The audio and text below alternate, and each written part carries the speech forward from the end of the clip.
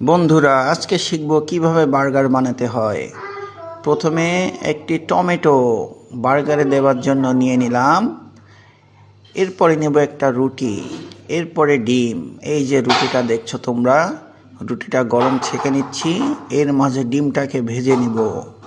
বড় একটা ডিম, রাজাহাঁসের ডিম, অনেক মজা ডিমটা। বাচ্চারা ভালো করে দেখো কিন্তু। এর ভিতরে এই যে রুটিটাও হয়ে গেছে, অনেক ফুলে উঠেছে, দেখো অনেক সুন্দর ক্রিস্পি হয়েছে। রুটিটা অর্ধেক করে নিচ্ছি। এর ভিতরে ডিম দিব, এর ভিতরেই ক্যাপসিকাম দিব, লেটুস পাতা দিব। এই যে লেটুস পাতাটা দিয়ে নিলাম। রুটিটা খেয়ে দেখি কেমন হয়েছে।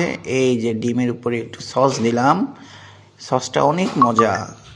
সসটা এবার রুটির ভিতরে দিয়ে দিব, তাহলেই হয়ে যাবে এগ বার্গার। এখন খেয়ে দেখি, ওয়াও অনেক মজা, তোমরাও বানিয়ে খাবা।